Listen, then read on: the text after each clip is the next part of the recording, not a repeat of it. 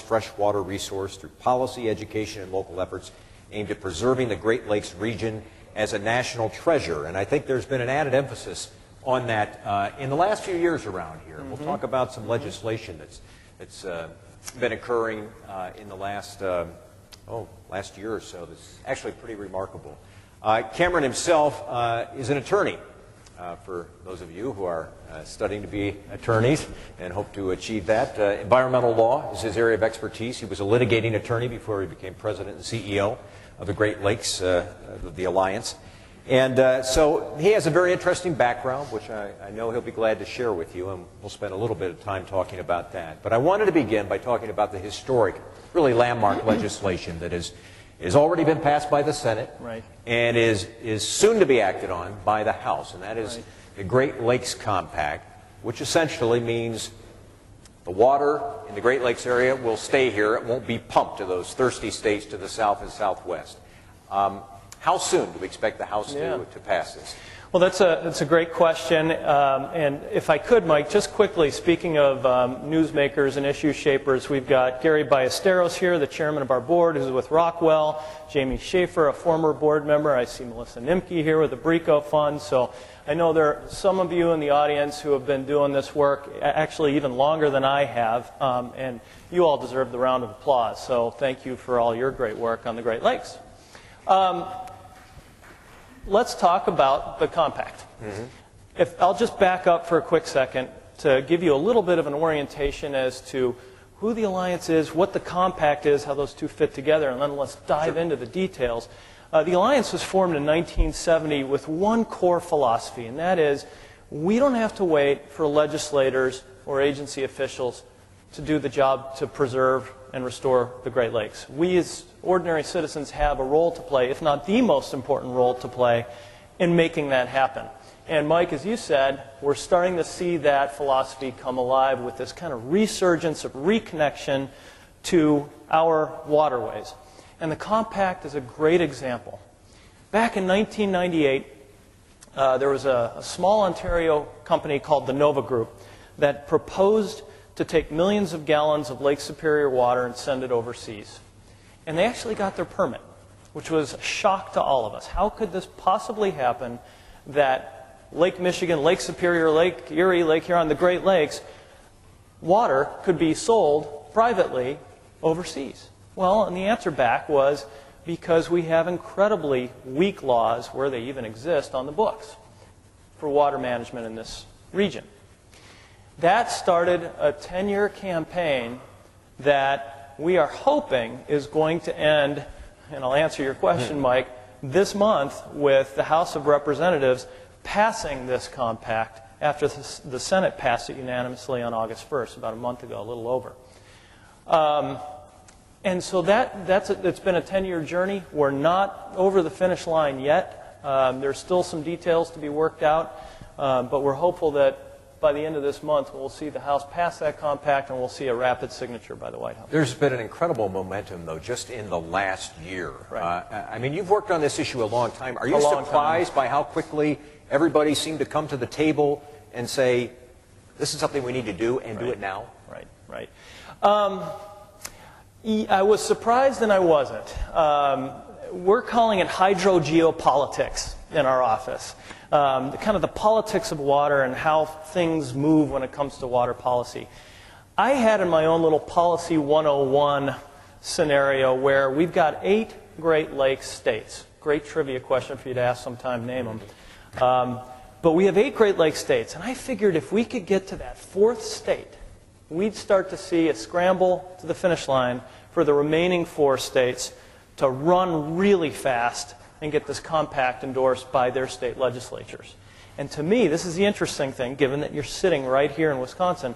I always felt that Wisconsin was the bellwether for the compact, that Wisconsin has just enough water inside what we call the drainage basin, just enough real estate within the drainage basin, but a fair amount outside, that Wisconsin was one of these kind of states that was somewhere in the middle. It wasn't going to rush to pass it very quickly, but it wasn't going to want to be the last. And if we could get Wisconsin to pass it, that would push us over the hump. And I think it did in this instance. Once we saw Wisconsin pass compact legislation, you saw exactly what I thought was going to happen come to be, and that is that those remaining states were going to rush very quickly to try to do their part because nobody wanted to be last. No governor wanted to be the last to sign the compact. No legislative chamber wanted to be last to pass the compact. And so you saw this rush of momentum to get the thing done. Why? Why the? I mean, are there political? Did they feel political pressure? Did they sense that this issue resonated with the people who live in their region? What ultimately created this sense of momentum? I think the Great Lakes for our region have become like the American flag and apple pie. It's just, when you look at the polling, time and time again, people want our Great Lakes protected and restored. Why is it? You don't have to have an MBA to know that you market to your strengths. What are this region's various strengths? One of them is obviously incredible universities. One of them is a labor force. But we also have water. We've got a lot of water, relatively speaking, worldwide. And so just like what you're seeing with the M7 and companies and universities coming together here in Milwaukee around that issue of water, that same thought expands like concentric circles from a water drop to the rest of the region, where the rest of the region understands that water is the name of the game. It's the lifeblood of this region, economically, ecologically, recreationally, spiritually, all of those things. And so that was a big part of it. Those of us who live on the shores of Lake Michigan are especially concerned about the health of that lake. How healthy is Lake Michigan right now? That is a great question, and it's one of the questions we get all the time. And there's no simple answer for it. I know we live in an age of sound bites. I wish I could give you one. But the Great Lakes are a little bit like your body. You may be feeling great some weeks and doing well some weeks.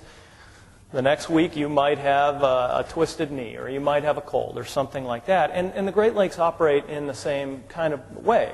It's a living organism.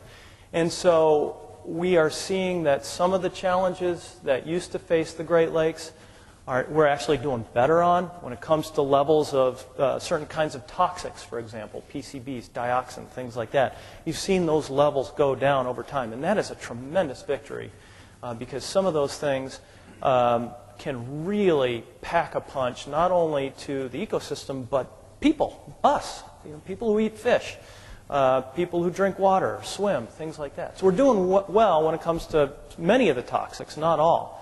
But we're not doing well, and we need to kind of do better on our personal health when it comes to the Great Lakes in some other areas.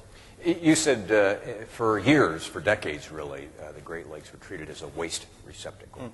That has changed, so we have made progress on that front. I think we have. We still have a long way to go.